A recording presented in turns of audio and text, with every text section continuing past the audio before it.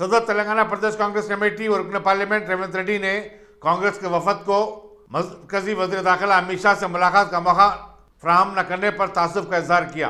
एक press conference से खिताब करते उन्होंने कहा कि कांग्रेस की जानिब से अपॉइंटमेंट की ख्वाहिश के साथ ही बीजेपी के कायदीन हरकत में आ गए और उन्होंने अमित शाह से मुलाकात करके नुमाइंदगी कर ली।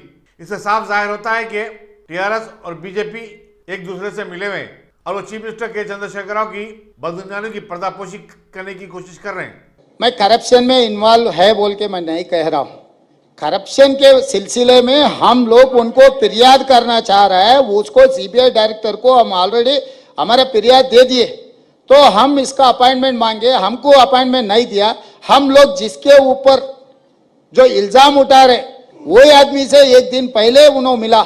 इसका मतलब क्या कहना चाह रहा है, जो कंपनी के चेयरमैन है उनके खिलाफ कुछ आधार हम निकाल के वो गृह मंत्री को देने के लिए कोशिश किए, तो उन्हीं से वो मिल रहा है।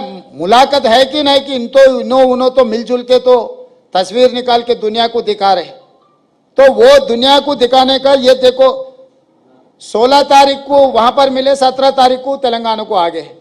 क्या जल्दी था भाई दिल्ली को जाके मिलने का? कैसे भी अमित शाह जी इधर आ रहे, यहां ही मिलना था। इसका मतलब केसीआर ने उनके तरफ से इनके परिवार को भिजाया, कांग्रेस वाले को अपॉइंटमेंट नहीं देना। अगर कांग्रेस वाले को आप अपॉइंटमेंट दिए तो मेरे सिलसिले मेरे बारे में जो भी ये पूरा ले आके इंफॉर्मेशन दिए तो दिक्कत हो जाएगा बोल के हमारा अपॉइंटमेंट रोकने के लिए माय होम रामेश्वर राव को केसीआर साहब ने वहां पर भिजाए। ये सब तेलंगाना जनता देख रहा है।